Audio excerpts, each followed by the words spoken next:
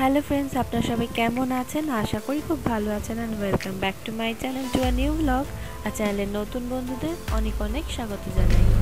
এই বেরোচ্ছি, আমরা সকলে রেডি হয়ে গেছি।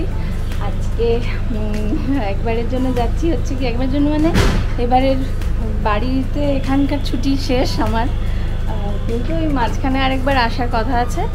যদি সময় হয় তখন আবার সুইত্তর সঙ্গে আসতে পারবো, কিন্তু সেটা আবার পুরো একদম ঝটিকা সফর। তো এখন বাজে হচ্ছে প্রায় 1:15 মতো, এখান থেকে বেরোই। এবার ছুটিটা শেষ হয়ে গেছে, মা বলছে যে ঘর খালি হয়ে গেল, আমার সব ভরে ভরে ছিল, মনটা খারাপ হয়ে যাচ্ছে মায়ের। যাক বাবা, এখন আর মায়ের সামনে বেশি কিছু বলা যাবে না, অমনি মায়ের দু চোখ ভর্তি হয়ে জল চলে আসবে। আসলে সব দিদা দাদুদের বোধহয় এরকমই হয়, যখন নাতি নাতনিরা বাড়ি আসে অমনি তারা একেবারে বাড়ি মাতিয়ে আর চারিদিকে দৌড়ে ছুটে বেড়ায়। আর দাদু ভাইদের সঙ্গে যে কত খেলে, আর উম্মার সঙ্গে তো কত বক বক করে।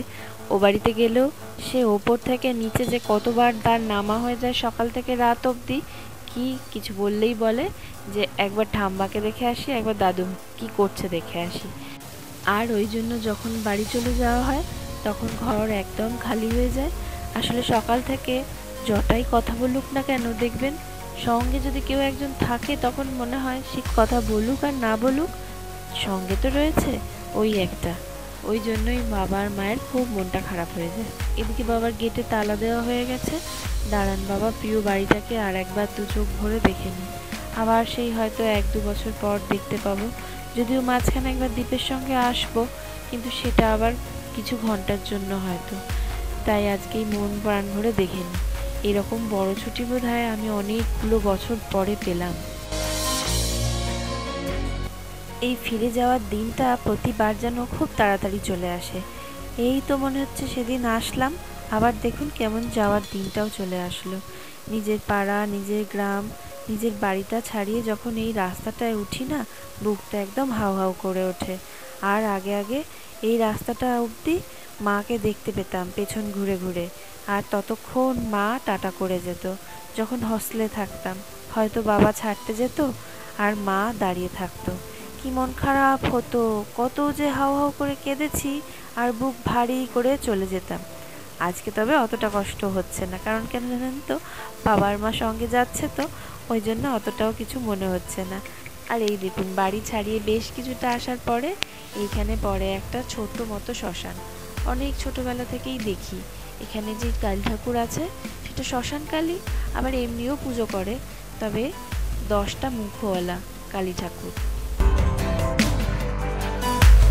আর কিছুটা যাওয়ার পরে এখন আমরা একটুখানি দাঁড়িয়েছি। অন্যান্য দিন ওই যেটা মেদিনীপুর হয়ে খড়গপুর হয়ে যে মুম্বাই রোডটা আছে NH6, ওখান দিয়ে আসি। আজকে তবে এসেছি ঘাটালের ওপর দিয়ে।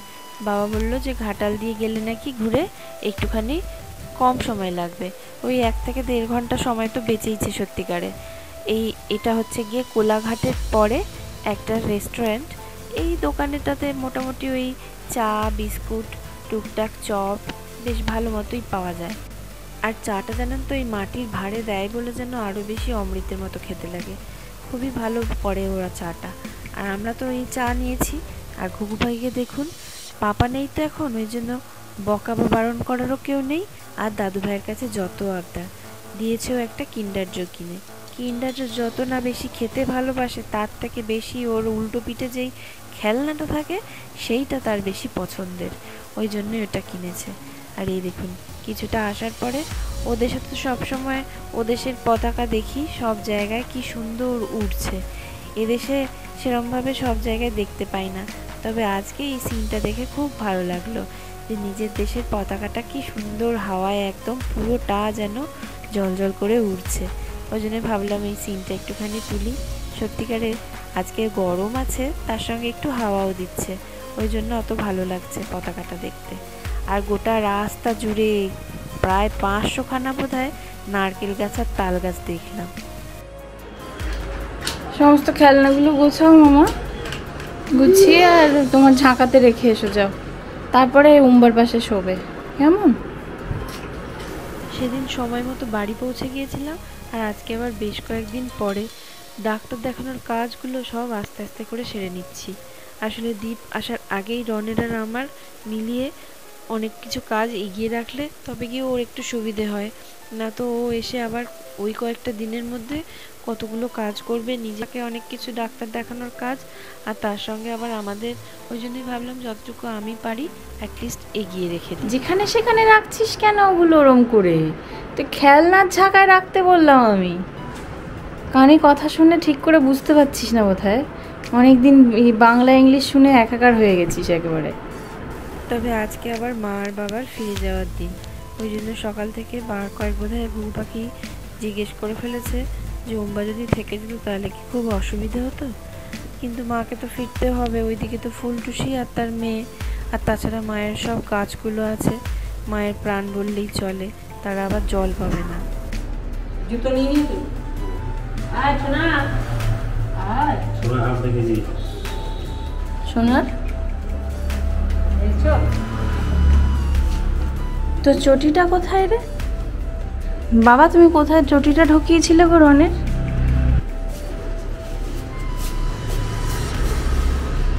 মুম্বা চলে যাচ্ছে,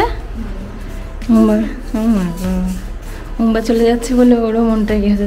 দরজাটা বন্ধ করতো মামা, এই দরজাটা বন্ধ করে দে।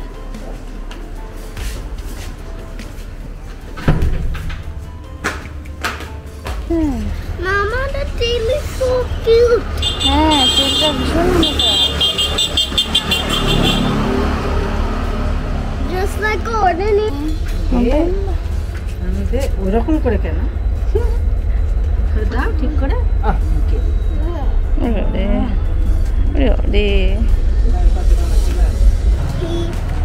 If we go to never listen to us. আস্তে একটু Mama, বলো। Toto will take wow. হ্যাঁ স্টেশন স্টেশন না সোনা টাটা।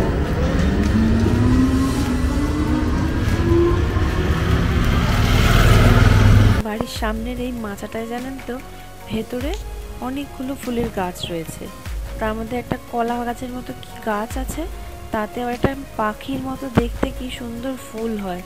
কি ফুল কে জানে, কলা ফুল বোধহয় হবে, কিন্তু মাঝখানটা ঠিক লাল রঙের আর ঠোঁটটা একদম অবিকল হলুদ রঙের পাখির ঠোঁটের মতো দেখতে। কদিন ধরেই ভেবেছিলাম যে ওই ফুলটার কয়েকটা ছবি তুলবো, আর তুলবো করে বাইরে এসে আর যেচে তোলা হয় না। যাই হোক, এদিকে দেখুন ডাক্তারের কয়েকটা টেস্ট করাতে দিয়েছিলেন, সেই সমস্ত একটু রেডি টেডি করে আজকে রেখে দিচ্ছি, কাল সকাল সকাল সমস্ত কিছু করিয়ে নিয়ে আসবো বলে। অঝোরে বৃষ্টি পড়ে যাচ্ছে, যাই চলুন এবার একটু নিচে গিয়ে দেখি বাবি আজকে কি নতুন রান্না করছে। পেঁয়াজটা দাও। আরে আমি সরষে ঢেলেছি, তারপর হিং দিয়েছি, এবার পেঁয়াজ ঢাললাম, পেঁয়াজটাকে ভালো করে ভুনতে হবে।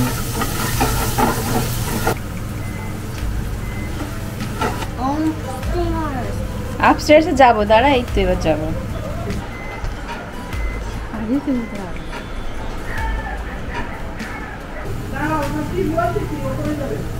হ্যাঁ উপরে দিতে বলেছি।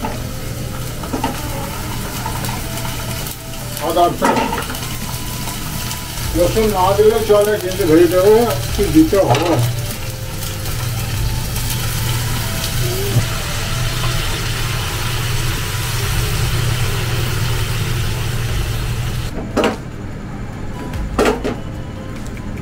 সবজি মশলা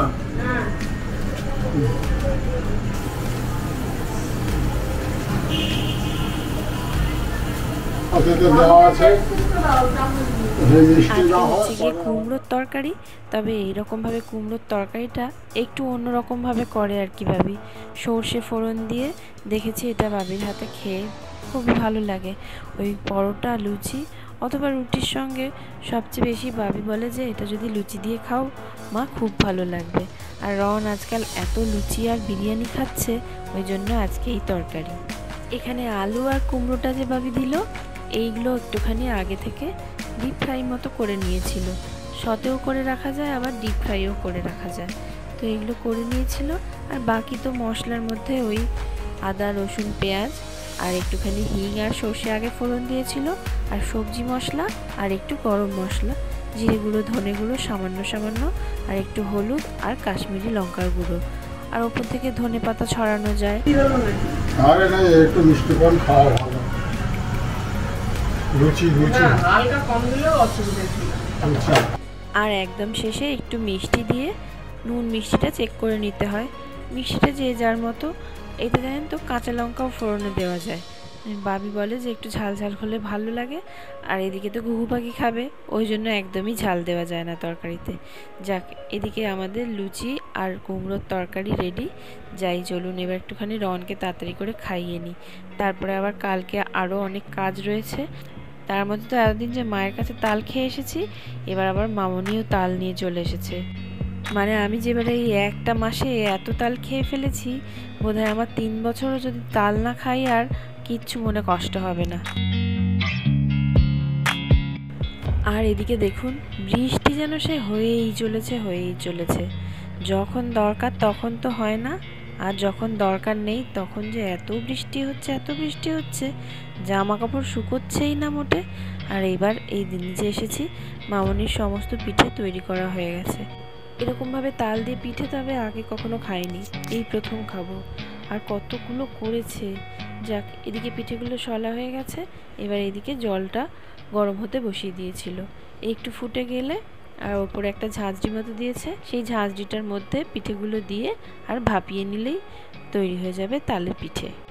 কত পিঠে করেছে! আমি শুধু মামনিকে বললাম, বাবা দেখে যেন মনে হচ্ছে বাড়িতে বুঝি 5-6 জন লোক আছে যারা এত তালের জিনিস খায়, অথচ কিন্তু খাবার মধ্যে আমি, মামনি আর বাবি।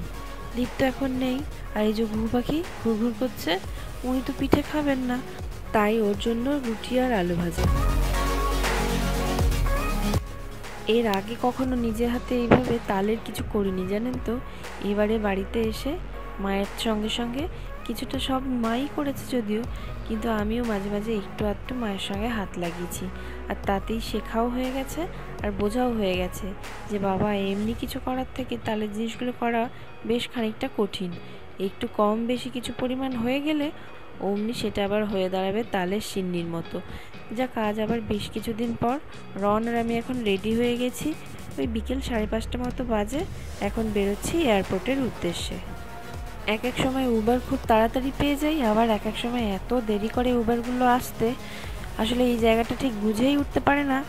অ্যাড্রেসটা বুঝিয়ে জানেন তো মাথা খারাপ হয়ে যায়। অনেকক্ষণ ধরে বলে তারপরে গিয়ে উবার দাদাকে বোঝাতে পেরেছি যে ঠিক কোনখানটায় আসতে হবে। একজন লোককে দিয়েছিলেন, তাকে বলে দিলাম যে এই জায়গাটা একটুখানি দেখিয়ে দিন না, নিয়ে তারপরে গিয়ে এসে এই এখন পৌঁছলাম এয়ারপোর্ট। এই মাত্র জাস্ট এয়ারপোর্টে এসে পৌঁছলাম। আমাদের আসার কথা ছিল, মানে নামার কথা ছিল অ্যারাইভালে, আমাদের ডিপার্চারে নামিয়ে দিয়েছে। তো যাই হোক, এখন এখান থেকে কোনখানটায় যাব, মানে নিচে যাওয়ার জন্য সেটা খুঁজে দেখি। এখানটা বেশ সুন্দর সাজিয়েছে, ছবি তোলার মতো, দেখুন ব্যাকগ্রাউন্ডটা। ওই বিয়েবাড়ি বা যে কোনো কাজ বাড়িতে আজকাল কি সুন্দর ফুল আর পাতা আর সবুজ সবুজ রঙের ব্যাকগ্রাউন্ডটা সাজায় না, সেই রকম মতো এখানটাতে ব্যাকড্রপ করা আছে। কি জানি হয়তো লোক যখন সি অফ করতে আসে তখন হয়তো ছবি টবি তোলেন এইখানটাতেই দাঁড়িয়ে। আজকে খুব একটা ভিড় নেই জানেন তো এয়ারপোর্টে। এই দেখুন চারদিকে খুব একটা কিন্তু লোকজন দেখতে পাবেন না। কি জানি কেন কলকাতা এয়ারপোর্টে এত ফাঁকা বা কোনো সময় খুব একটা দেখিনি, আজকে তবে বেশ ফাঁকা দেখতে পাচ্ছি। যাই লিফটটা খুঁজি আবার। এই যে এখানটায় লিফট আছে, লিফটে করে নিচে নেমে গেলেই হচ্ছে গিয়ে অ্যারাইভালে পৌঁছে যাওয়া, আর এখান থেকে হচ্ছে গিয়ে ডিপার্চার, প্লেন ছাড়ে। আমরা আবার আজকে অনেকটা আগে পৌঁছে গেছি, ওই এখনও 45 থেকে 40 মিনিট বাকি আছে দ্বীপের পৌঁছতে। ও এতক্ষণ তো বলাই হয়নি যে আসলে আজকে এসেছি, যে এয়ারপোর্টে কেন এসেছি। দ্বীপ তো আজকে আসছে, ও আজ পৌঁছে যাবে।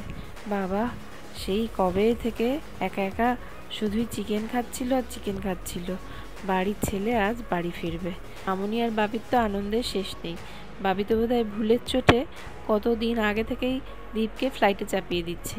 শুধুই আজ থেকে 2 দিন আগে থেকে বলছে বাবু কি প্লেনে চেপে গেছে, বাবুর কি প্লেন ছেড়ে দিয়েছে। আমি কতবার বুঝিয়ে বুঝিয়ে বলছি, আরে প্লেনটা আমাদের এই টাইমে, ইন্ডিয়ার ওই টাইমে বলে বলে শেষমেশ আজকে এসেছি। এই দেখুন বোর্ডে এখন দিয়ে দিয়েছে টাইমিংগুলো, কোন কোন ফ্লাইটগুলো অন টাইম আর কোন কোন ফ্লাইটগুলো ডিলেড, আবার কোন কোন ফ্লাইটগুলো নির্ধারিত সময় মতো সেই জায়গা থেকে ছাড়বে বলে ঠিক হয়ে গেছে। অপেক্ষার এই শেষ মুহূর্তটা যারা অপেক্ষা করছে আর যে ওপারে আছে এসে পৌঁছবে, দুজনের জন্যই যেন বেশ একটা চূড়ান্ত মুহূর্ত। তবে এই যে বললাম আজকে খুব একটা ভিড় নেই। ওই দেখুন রন যেখানটা দাঁড়িয়ে আছে ওর পাশাপাশিতে দেখুন সেরকম খুব একটা লোকজনও দাঁড়িয়ে থাকতে দেখছি না। থেকে যে ফ্লাইটটা এসেছে তার থেকেও যে একেবারে ভিড়ের মতো লোকজন বেরোচ্ছেন সেরকমও কিন্তু না, বেশ ওই হাতে গোনা কিছুজন করে বেরোচ্ছেন। তবে এসে থেকে অপেক্ষা করছি অনেকক্ষণ হয়ে গেল, প্রায় 1.5 ঘন্টা মতো। দীপ অনেকক্ষণ জানিয়েছে যে নেমে গেছে, কিন্তু কিছুতেই বেরোচ্ছে না।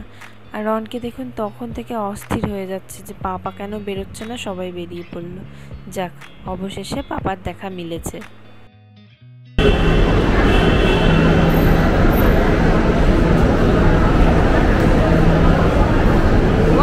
ধরে দাঁড়িয়েছিল, হ্যাঁ গোল্ড ধরে দাঁড়িয়েছিল। হ্যাঁ খালি মধ্যে নেই নিয়ে দেখতে দেখতে পড়ে যাচ্ছে, দেখতে দেখতে পড়ে যাচ্ছে, আবার ভালো করে দেখো। যাক, তাহলে এতক্ষণে বোঝা গেল যে ওর কেন এত দেরি হচ্ছিল। ওই একটা দুটো সোনার গয়না ওর সঙ্গে ছিল, সেগুলোর জন্যই ধরেছিল। যাই হোক, চলুন তাহলে ঘরের ছেলেকে ঘরে মায়ের কাছে নিয়ে ফিরি, আর তার সঙ্গে আজকের ব্লগটাও এখানে শেষ করি। আবার দেখা হবে নতুন কোনো ব্লগে। ততক্ষণ সকলে খুব খুব ভালো থাকবেন, সুস্থ থাকবেন আর সাবধানে থাকবেন। ব্লগটা ভালো লাগলে প্লিজ একটু লাইক, শেয়ার আর চ্যানেলটা সাবস্ক্রাইব করার রিকোয়েস্ট রইল। অনেক অনেক ধন্যবাদ ভিডিওটা দেখার জন্য।